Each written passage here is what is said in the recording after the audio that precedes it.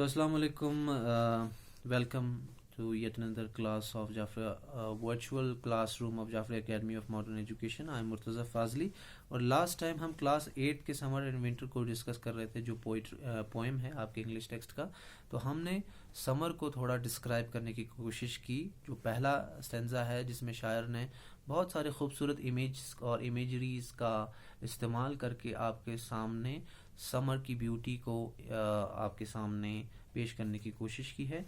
अब आते हैं हम नेक्स्ट पैराग्राफ पे या नेक्स्ट स्टेंजा पे, जिसमें विंटर के बारे में शायर ने बात की है। It was a winter such as when birds die, in the deep forests and the fishes lie, stiffened in the translucent ice, which makes even the mud and the slime of the water of the warm lakes, even the mud and the slime of the warm lakes, a wrinkled clod as brick, as hard as brick. And when among their children comfortable men gather about great fires, and yet feel cold, alas, then for the homeless beggar hold. ठीक है, तो क्या कहता है winter वाले portion में शायर की? It was a winter such as when birds die in the deep forest. ठीक है, ये विंटर के एक दिन का किस्से के बारे में बताते हैं, यानी कि विंटर को बयान करते हैं। ये कहते हैं कि ये एक विंटर का दिन था या विंटर का समा था। जबकि क्या होता है उस विंटर में ये होता है कि such as when birds die, जब परिंदे मर जाते हैं। यहाँ पे इनके कहने का मतलब ये नहीं है कि परिंदे टोटली मर जाते हैं।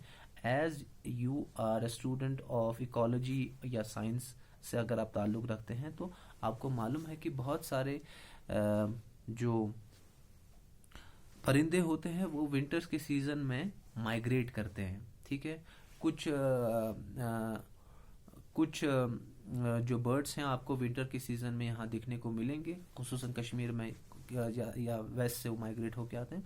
बट मेजॉरिटी अगर जो बर्ड्स की देखेंगे आपको वो या तो माइग्रेट होते हुए नज़र आएंगे, या तो जो मेन लैंड जो आपके आसपास जिस तरह से गर्मियों में नज़र आता था वो नज़र नहीं आता है। तो यहाँ डाई का मतलब आप लोगों को ये नहीं कि समझना है कि परिंदे मर जाते हैं, बल्कि हमारे नज़रों से ओझल हो जाते हैं जब तक कि समर नहीं आता है।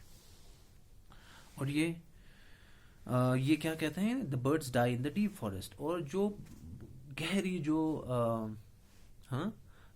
जो फॉरेस्ट में जिस तरह से आपको उछल पुथल नज़र आती है, तो उस तरह से इन क्या कहते हैं, इन परिंदों की आप लोगों को आमद नज़र नहीं आती है। फॉर एग्जाम्पल अगर आप टाउन में रहते हैं तो इन टाउन एरियाज़ में से आपको इस तरह से परिंदों का जो हरकत है वो नज़र नहीं आता है, और कहीं ना कहीं वो इन डीप फॉरेस्ट में, ठीक है, गुम हो जाते हैं, छुप जाते हैं। ठीक है, और इनकी एक्टिविटी बिल्कुल कम हो जाती है, या ये एक दूसरे से दूसरी जगह पे जाते हैं जहाँ पे फेवरेबल मौसम हो। और उसके बाद जब बर्ड्स के बारे में कहते हैं तो वो अब आते हैं किन के, एक्वेटिक एनिमल्स के बारे में। And the fishes lie Stephen in the translucent eyes. ठीक है, और ये देखते हैं कि जो फिशेस हैं उनको हम बहती हुई नदियों में हमेशा गर्मियों में देखते हैं। तो वो कहते हैं कि सर्दियों में ऐसा माहौल नहीं होता है, बहती हुई नदियों में हम फिशेस को नहीं देख पाते हैं। वो क्या हो जाते हैं, वो भी पानी के तह के नीचे छुप जाते हैं। कौन से पानी के? जब वो दरियाओं का, जब वो नहरों का पानी सर्दी के वजह से यख बस्ता हो जाता है, तो वो ये फिशेस लाई इन स्टिफन ट्रांसल्यूसेंट आई, और ये बिल्कुल इन सख्त आइस के के नीचे जाके ये लोग बैठ जाते हैं। ठीक है, छुप जाते हैं। Which makes even the mud and the slime of water warm looks. ठीक है, और इस सर्दी की वजह से क्या लगता है, जो कुओं का पानी है, जो तालाबों का पानी है, जो ऑलमोस्ट क्या होता है, मिट्टीदार होता है, वो मिट्टीदार पानी भी क्या हो जाता है, वो गर्म, हाँ, जो गर्म, यानी कि लेक्स का पानी नॉर्मली थोड़ा गर्म रहता है, वो पानी भी क्या हो जाता है, वो यख बस्ता हो जाता है। और रिंकल क्लॉड का मतलब वो सुकड़ जाता है। ठीक है, और इतना सख्त हो जाता है जितना कि एक ईंट जितना, यानी कि जो हम घरों में यूज़ करते हैं ईंट के जितना सख्त हो जाता है। और उस वक्त क्या होता है, तो यहाँ पे कंपैरिजन किया है इकोसिस्टम का, इकोलॉजी का, जो आपके आगे जो जानदार और पेड़ पौधे जो है उन चीज़ों का कैफियत बताया गया है अभी तक।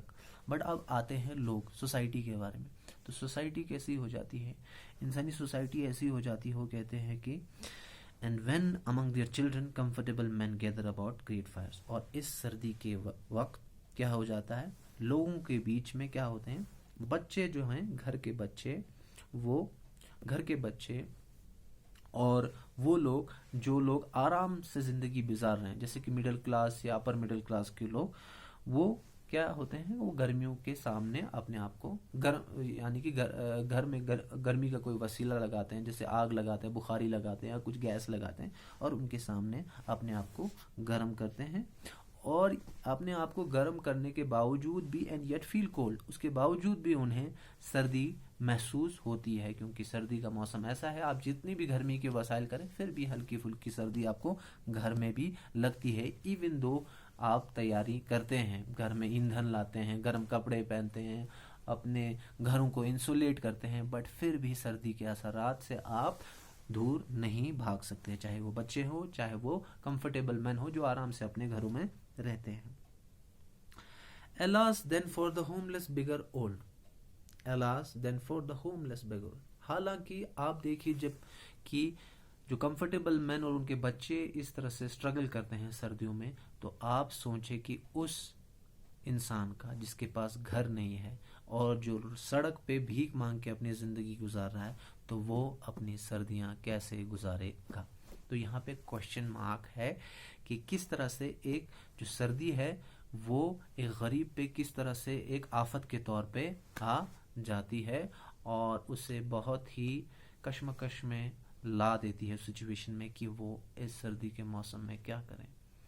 तो कहते हैं कि सर्दी का मौसम हमेशा अमीरों का होता है और गर्मियों का मौसम गरीबों का होता है, क्योंकि उसे इतनी चीज़ों की ख़रीद और फ़रोख्त करने की ज़रूरत नहीं है, कपड़ों की इतनी वो नहीं है। सर्दियों में उसे मोटे मोटे कपड़े लाने की ज़रूरत है जो कि इतने अफोर्डेबल नहीं होते हैं, ईंधन लाने की ज़रूरत है, गैस लाने की ज़रूरत है, लकड़ियाँ लाने की ज़रूरत है, बुखारी लाने की ज़रूरत है। तो ये जो मामला है क्या हो जाता है, बड़ा ही संगीन हो जाता है गरीब के लिए। तो आपने देखा कि किस तरह से शायर ने दो सेक्शंस ऑफ द सोसाइटी, जो रिच एंड पुअर के बीच में जो ये समर एंड विंटर का जो एक क्लिश है, इसको किस तरह से समझाया है। एक तो इसकी खूबसूरती समझाई है और इसकी एक इंटेंसिटी समझाई है। हालांकि सर्दी का भी अपना एक ग्रेस है, बट समर को एक बहुत ही ब्राइटफुल लाइट में दिखाया गया है और जो विंटर है उसको बहुत ही टफ और बहुत ही हार्श एक पिक्चर में दिखाया गया है, जिससे क्या होता है कि कि जो दो सेक्शंस ऑफ सोसाइटी है वो दोनों इस चीज़ के लिए क्या करते हैं, स्ट्रगल करते हैं। फॉर एग्जांपल, जो कंफर्टेबल लोग हैं वो अपने घरों में रह रहे हैं, ठीक है, but they are still struggling with the things. But what about those people who can't afford this harsh winter, ठीक है। तो समहाउ लेटेंट मीनिंग यहाँ पे है, कहीं ना कहीं हमें as a society in winters में समझने की ज़रूरत है कि हमारे ज़रूरतें अगर हम पूरी हो जाती हैं तो what about those needy peoples. क्या हमारा ये फ़र्ज़ नहीं बनता है कि हम उन लोगों की आगे बढ़ के